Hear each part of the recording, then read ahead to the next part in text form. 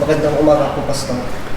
Sa araw na ito po, Pastor, ay may ilang mga katanungan na galing po sa isang miyembro po ng Judaism. Sa kabuuan po, may 6 po siyang katanungan at basahin ko na lang po ito. Ang unang tanong po niya ay, is Solomon forgiven or saved? Pangalawa, what is the true name of the Creator? Pangatlo, what is the true name of the Messiah? And why do people use a converted name? Pang-apat po, does Ruach HaKodesh have a name? At panglima, who is the Holy Spirit? At panghuli pong katanungan niya ay, when people blaspheme against it, the Holy Spirit, why is this an unforgivable sin? Good morning, Sir Ricky. At mula doon sa 6, isa lang ang kaya kong sagutin ngayon. Yung kung si Solomon ay hindi pinatawad o kung si Solomon ay pinatawad. Bago niyan, gusto ko ring ipaalam na pagka pinapag-aralan mo talaga yung buhay ni Solomon na pangatlong hari ng Israel, na hihikayat ka na maging katulad mo siya, dahil si Haring Solomon, makikita mo yung kanyang kakaibang karunungan nung siya ay hari, lalo na nung siya ay nagsisimula. Yung mga kayamanan niya, napakagandang isipin ang mga ito, at yung kanyang pamumuno sa kaharian ng Israel ay kakaiba sa kanyang panahon. Kaya pagka sinisiyasat mo at naririnig mo ang kanyang istorya ng kanyang buhay, masasabi mong gusto mo rin siyang gayahin. Ngunit pagka mapunta ka na doon sa kanyang ending, yung ending ng kanyang buhay, ano siya, na sa kalagitnaan ng mga churches ngayon, nakapag-iwan ito ng isang controversial na usapin sa gitna ng mga relihiyon at sa gitna ng mga theologians. Kung si Solomon nga ay pinatawad, o ibig sabihin ay ligtas, o kung si Solomon ay hindi pinatawad, o kaya ay tuluyan siyang walang kaligtasan. Kaya ang controversial na usapin tungkol sa buhay ni Solomon ay hanggang ngayon ay hindi pa natatapos. Magkakasalungat na pananaw mula sa mga theologians, at siyempre ako man, meron din akong pananaw diyan, and that is, I think this is the time in the moment that I will give my own views about Solomon life, no? Ngayon, kung ang tanong noong nagtanong nito from other religion, Judaism, yes. Kung si Solomon nga ay hindi pinatawad, ang sagot ko dyan sa tanong na yan ay hindi talaga pinatawad si Solomon. At dadagdagan ko pa dyan, baka lalong mamamangha ang ilan. Ang pananaw na ito ay hindi ko kinuha sa iba.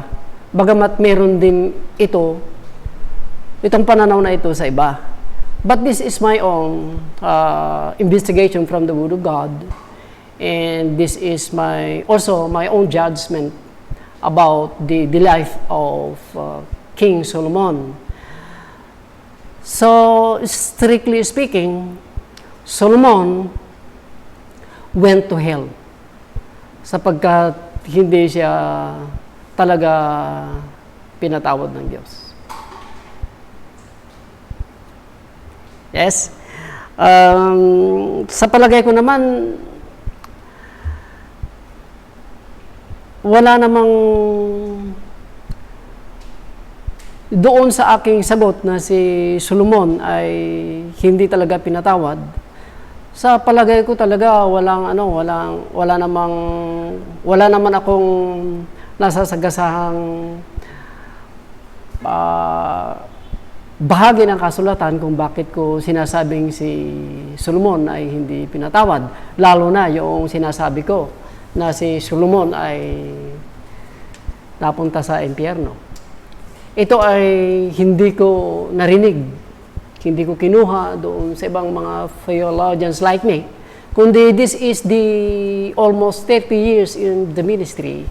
This is my verdict. That is the fruit of my investigation of the Bible. So, masasabi ko ito na wala naman akong sinalungat na bahagi ng kasulatan, lalo na sa batas ni Moises, and especially the promise of God to King David, and also there is a promise of God to King Solomon. At malinaw para sa akin na wala akong nasagasahang bahagi ng kasulatan dito. Kaya nga po, sinasabi ko sa nagtanong na ito, ay bibigyan ko ito ng pundasyon from the Bible. Kung bakit sinasabi kong hindi siya napatawad, at bibigyan ko pa ng diin, Solomon went to hell. Dahil sinasabi ko ito ng mayroong katapangan ng loob. Dahil si Solomon, unang-una, tatlo kasi ang aking ibibigay, but the first thing is, Solomon abandoned his faith to God. I said that Solomon abandoned his faith to God because Solomon break one of the biggest or evil things that a Jews can commit an evil things before God. Yung pag-aasawa niya ng mga babaeng estranghero na ipinagbabawal ng Diyos sa batas ni Moises. At ito ang dahilan kung bakit sinasabi kong si Solomon, iniwan niya ang kanyang pananampalataya at tuluyan na nga itong hindi niya pinagsilbihan ang Diyos at nagsilbi siya sa mga Diyos-Diyosan. Let me read. In the book of Deuteronomy, chapter 7, bago isinilang si Solomon at bago nakaupo sa kanyang trono, meron na itong batas na kailangan dapat ang bawat Hudyo ay ito ang kanyang isuot sa araw-araw ng kanyang buhay. Bago ang mga Hudyo ay pumunta sa bansa na ipinangako ng Diyos sa kanila. Ito ang sinasabi ni Moises sa mga Hudyo. Chapter 3 ng Deuteronomy, verse 3. Chapter 7, verse 3. Neither shall thou make marriage with them, sa mga strangers, sa mga hindi Hudyo. Neither shall thou make marriage with them. Thy daughter thou shalt not give unto his son, nor his daughter shall thou take unto thy son. The reason is, for they will turn away thy son from following me, that they may serve other gods. So will the anger of the Lord be kindled against you, and because of this, God will destroy you suddenly. Yan yung talagang dapat sa buhay ng mga Hudyo, magmula nung naibigay ito sa bundok ng Sinai, hanggang doon sila ay makarating doon sa Promised Land, hanggang sa sila ay nabubuhay, dapat nasa balikat nila ang kautusang ito ng Diyos para makapagpatuloy sila ng isang banal na buhay at isang totoong pagsisilbi sa Diyos. Pero si Solomon, as I said, Sir Ricky, inabandon niya yung kanyang faith through this intermarriage doon sa mga Gentiles women. Totoo nga when he is stricken in age, talagang nung matanda na siya, ay tuluyan ng iniwan ni Solomon ang kanyang pananampalatayang wagas at nagsilbi siya sa mga Diyos-Diyosan. Let me read in the book of First Kings, chapter 11. And this is what happened to King Solomon when he was old. And verse 1. But King Solomon loved many strange women, together with the daughter of Pharaoh, women of Moabites, Ammonites, Edomites, Sidonians, and Hittites. Ito kasi yung nation na sinasabi ng Diyos sa mga Hudyo. And of the nation concerning which the Lord said unto the children of Israel, you shall not go in to them, neither shall they come in unto you.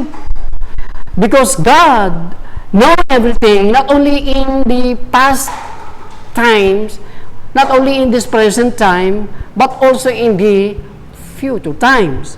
That's why God said to them, for surely they will turn away your heart after their gods. So, Solomon clave unto this in love. Sinabi na niya ito. And he said, here, the author said, 700 wives, princess, and 300 concubines, and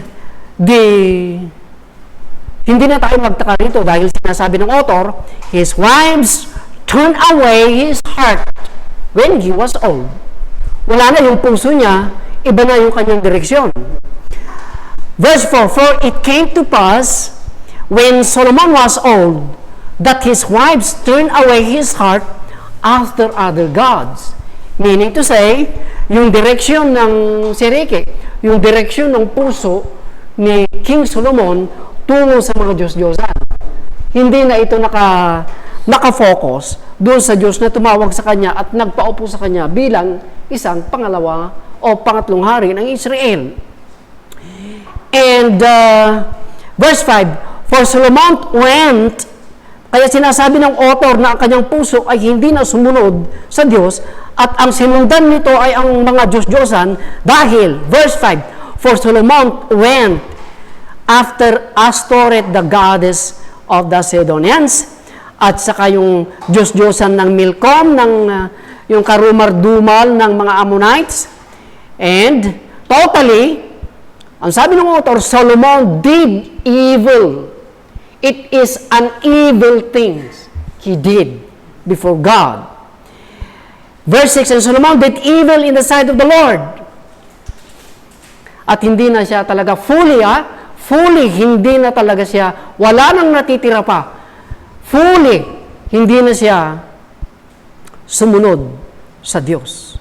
And verse 7, then did Solomon build an high place of Chemosh, the abomination of Moab, in the hills that is before Jerusalem. Imagine, Sir Ricky, alam mo kung saan niya itinayo yung isang building ng Diyos-Diyosan? Doon sa harapan mismo ng templo na kanyang ginawa sa Jerusalem. Very insulting things that he did before God. Nandun yung templo, but when he was turned from the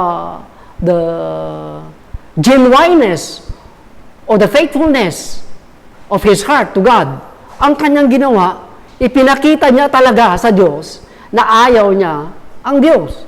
Dahil doon sa itinayo niya yung mga sambahan sa harapan ng templo ng Diyos na kanyang ginawa. And then did Solomon build in the high places Chemosh, the abomination of Moab, in the hill that is before Jerusalem, and for Molech, the abomination of the children of Ammon. And likewise did he, Solomon, for his strange wives, so 1,000 ang kanyang ginawa, which burn incense and sacrifice unto their gods. Ibig kong sabihin, Sir Heki, that's why I am strongly opposed those who are claiming that Solomon is still saved. Ay hindi. Dahil ipinakita niya sa harapan ng Diyos at sa mga mananampalataya noon na ginastusan niya ang mga lugar kung saan niya itinayo ang kanyang sambahan sa mga maling Diyos. And at the same time, gumastos siya ng marami doon sa mga hayop na kanyang ihahandog. Imagine that. What an evil things Solomon did before God. Gumastos siya ng marami. Kaya yun ang sasabihin ko, Sir Ricky. Ito ang malaki kong pundasyon, a very strong foundation of my verdict that Solomon is totally already there in hell. And the next is, alam mo kasi, bago siya umupo doon sa trono na ibinigay ng Diyos sa kanya through his father David, may warning na itong si King David. May warning na huwag siyang gagawa ng ganong bagay. Let me read. Ang warning na ito, Sir Hiki. Let me read this.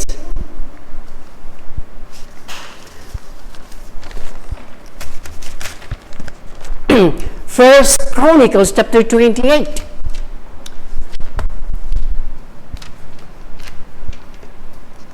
This is the warning before he is set onto the throne from his father David, 28. And this is the advice of his father. Verse 9.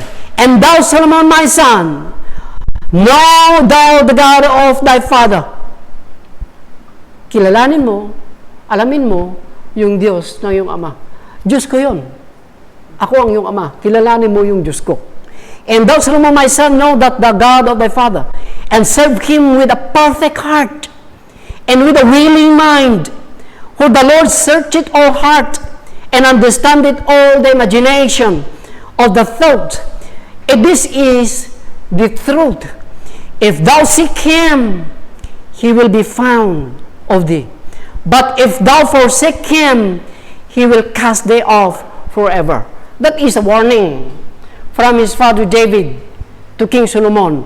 Pagka iiwanan mo siya, my son, tatanggihan ka na niya pagdating ng araw. At magpakailanman, tatanggihan ka niya. At ayon dito sa author nito ng First Kings and then First and Second Chronicles, makikita natin na yung ending ng kanyang buhay, totally iniwan niya ang Diyos at totally iniwan din siya ng Diyos. That's why I said na I am really convinced to my verdict na si Solomon is not forgiven and he went to hell. And one day, he will go to the lake of fire. And then the last thing that my proven fact that Solomon is not forgiven. Ang Diyos mismo pala nag-warning ng 2 beses. Twice, God showed himself to give warning to Solomon. Ito po siya sa 1 Kings chapter 11. But Solomon rejected the warning of God about idolatry and intermarrying strange woman. Chapter 11 and verse 9. And the Lord was angry with Solomon because his heart was turned from the Lord God of Israel. You know the word turn from the Lord? Backslider si Solomon. He is a backsliding king. Solomon very worse king than to the first king of Israel. Who was that king? Saul. Because his heart was turned from the Lord God of Israel, which had appeared unto him twice. Imagine this. Ang Diyos nagpakita sa kanya ng 2 times about these things. And God commanded him concerning these things. What these things? That he should not go after other gods, but he keep not that which is the Lord commanded. Twice, God warned him, pero hindi niya sinundan ang Diyos. Kaya very strong. I think my judgment is very clear. No? Sa sagot mo na yan, Pastor, paano na po ngayon ang pangako po ng Diyos kay Haring David at kay Solomon? Hindi po ba ito labag sa mga batas ni Moses? Kung yung tanong mo na yan, Sir Hickey, na paano na yan? O paano na yung kung mayroong yung mga promises ng Diyos? Right? Nakalimutan na ba ng Diyos ang mga mabubuti niyang gawa? Kung bakit gano'n na lamang na sinasabi mo, Pastor, na you are really convinced in your heart that your verdict is very strong, founded by many scriptures, especially in the Old Testament? Oh, okay. Kung ang ilalaban mo ngayon, Sir Hickey, at ilalaban ng ilan, lalo na yung questioner natin, from this religion, Judaism, na si Solomon, gumawa siya ng mga aklat na banal, counted dito sa may canon, sa listahan ng mga banal na kasulatan. Gumawa siya ng Proverbs, gumawa siya ng Ecclesiastes, the songs of, Solomon. Alam mo, Sir Hickey, ito yung laban ng ilan, pero magiging walang laban ito. Walang kwenta ito for my own. Dahil mas mabigat ang sinasabi ng kasulatan when the Jews is in the captivity in Babylon. Ano? Nag-message ang Diyos from the mouth of this prophet Ezekiel na ito'y nasurpresa ang mga Hudyo there in the captivity noong mayroong ibang message from God na ganito pala ang sitwasyon ng isang tao, yung matuwid at saka yung hindi matuwid. Ang sinasabi kasi doon, na pagka ang hindi matuwid na tao, na pagka nag-warning ang Diyos doon sa matuwid o hindi matuwid na tao, at magbabago siya, hindi na kailanman ibibilang ng Diyos yung karumihan ng taong ito at tuluyang siyang mabubuhay sa katwiran, hindi siya mamamatay. I mean, meron siyang eternal life. But when the righteous, living his righteousness, yung righteousness na yan, na pagkakakatulan siya ng Diyos at sasabihin ng Diyos na hindi siya ligtas, yung righteousness na kanyang ginawa doon sa nakaraan, hindi na kayang iligtas pa itong taong ito na nag-backslide. Kahit pa siguro buhatin niya itong lahat, ikarga doon sa sacks at i-open lahat ito sa Diyos, sa harapan ng Diyos para huwag lang siyang katulan. Sabi ng Diyos dito kay Ezekiel, wala nang silbi pa ang katwiran mo doon dahil iniwan mo na yun. Let me read in the book of Ezekiel 33, verse 12. Chapter 33, and this is the message of God in Babylon through the mouth of this prophet Ezekiel.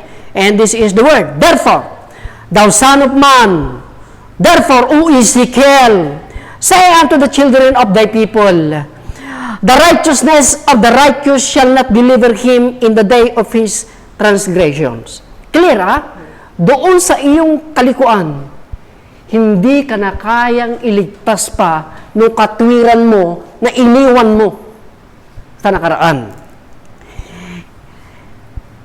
The righteous of the righteousness, or the righteousness of the righteous shall not deliver him in the day of his transgression. And neither shall the righteous be able to live for his righteousness in the day that he sinneth.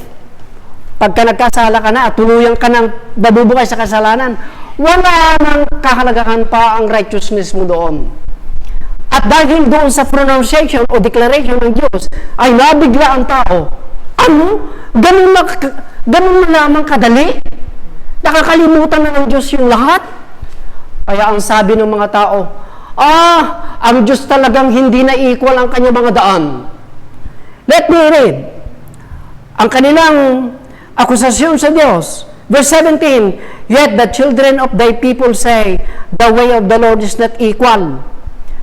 For as for them, their way is not equal.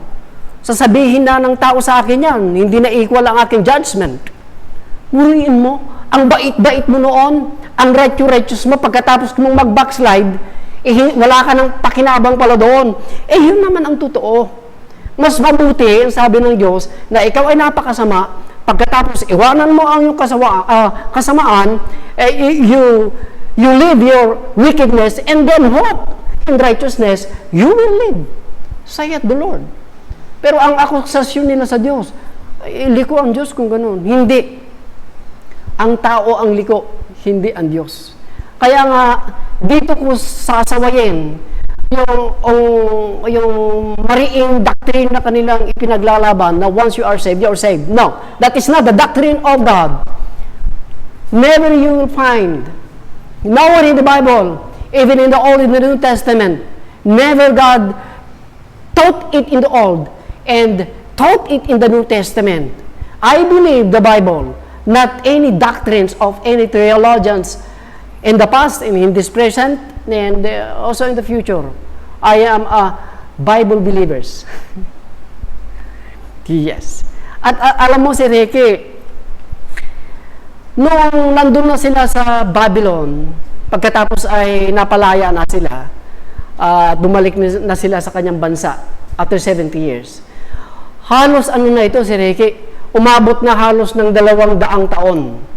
At nung halos 2 taon na ang nakakalipas, meron ulit yung mga tao na nandoon sa Babylon, nung sila ay bumalik. Yung ginawa ni Solomon, na nag-asawa sila sa mga strangers, strange woman, I mean, hindi Hudyo. Nagalit itong si gobernador na si Nehemiah. At mariing tinuligsa ang mga Hudyong ito noon na bakit nila gagawin ito? Dahil itong karumalduman na ginawa ni Solomon ito, gagawin niyo ulit. Meaning to say, yung buhay ni Solomon ay warning na sa lahat ng Hudyo na huwag nang gayahin dahil yung kanilang pananaw at totoong matibay na doctrine kung bakit pinaiiwasan ni Nehemiah ang mga Hudyo dahil alam ni Nehemiah hindi pinatawad ng Diyos si Solomon. Dahil kung pinatawad ng Diyos si Solomon, okay lang. Okay lang na tularan niyo si Solomon dahil pinatawad siya patatawarin din kayo. Pero hindi. Gagayahin niyo itong great evil that Solomon was committed before the Lord. So, don't do that. Nehemiah, this is my final answer. Where is Nehemiah? Chapter 13, verse 23. In those days, also saw I Jews that had married wives, Asdod and Ammon and Moab. Nag-intermarriage din ulit sila. And 25, and I contended with them and cursed them, and smote certain of them.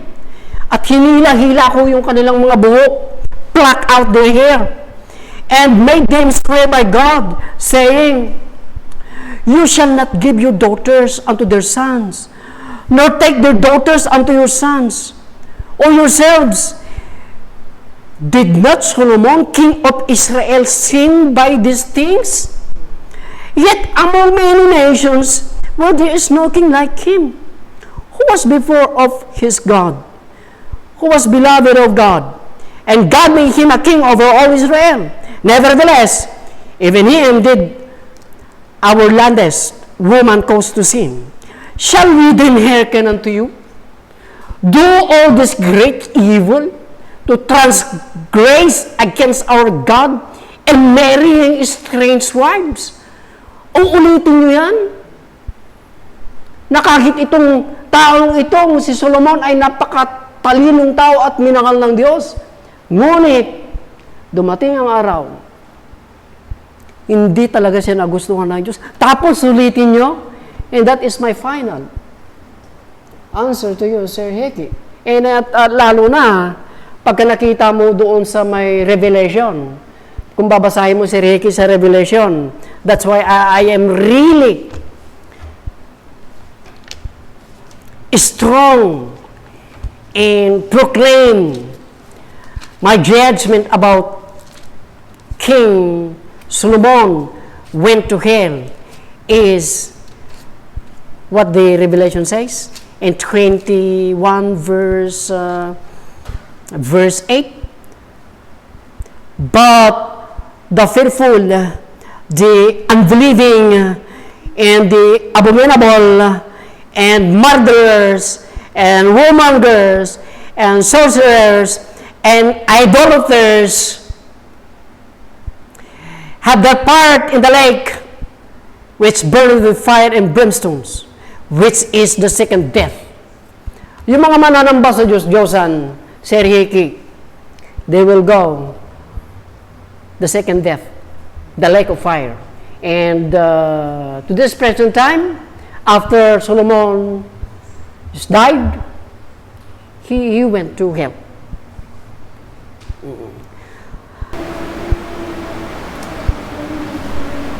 Kung sakali po na hindi po ako sasang-ayon sa iyong mga sagot na mula sa mga bahagi ng kasulatan at ang akin pong papanigan ay ang katuruan na si Solomon ay ligtas, paano po ngayon yan, Pastor? Yung follow-up mo na kung sakasakaling hindi ka sasang-ayon to my interpretation doon sa mga paliwanag ko at magpapatuloy ka doon sa paniniwala ng ilan na si Solomon ay saved. Kung tama yung doctrine na yung pinapanigan, okay, mananagot ako sa aking posisyon na ito. Si Solomon ay napunta sa impyerno. Dahil sinasabi ko yan, and I'm telling the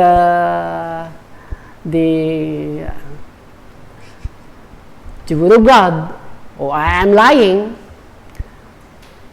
dahil doon sa i-interpret ko ng salita ng Diyos ay hindi totoo, and I think many people will astray to my views. Kaya mananagot ako dyan. Pero pagka ikaw ang mali at ang mga kasamahan mo ay mali, kayo ang mananagot dyan sa bagay na yan. Dahil kinukurap nila dahil sa paniniwalang yan. The fullness of God. Yun po yun. At ako naman, magpapatuloy pa ng investigasyon sa bagay na ito. Tiyak ko kung ikaw ang tama, Sir Hickey, I'm sure, kung ikaw ay tama, many scriptures will arise to fight for you. And if I'm in the right position, kung ikaw ay nasa tamang posisyon din, maraming scriptura ang babangon para suportahan ka. Pero kung mali ka, maraming skriptura ang lalaban sa iyo at babangon ang maraming bahagi ng kasulatan para hatulan ka o kung ako. At sana pagpalain ako ng Diyos sa patuloy kong pagsasaliksik sa bagay na ito patungkol kay Solomon. And that is, I will not change my decision or my judgment. That's it. Solomon is not forgiven. At maraming salamat po sa lahat na sumusubaybay po sa programang Question and Answers sa Light of Truth Ministry Incorporated. Kung meron po kayong mga tanong, just send your questions. And tawagan nyo kami sa inyong nakikitang mga numbers diyan sa screen natin. At isa-isahin po natin, hindi pwedeng magsabay, nasasagutin po ng iyong lingkod ang inyong mga tanong. And we will give our best And we will try everything we can sa mga questions na yan. May the Lord bless you and guide you.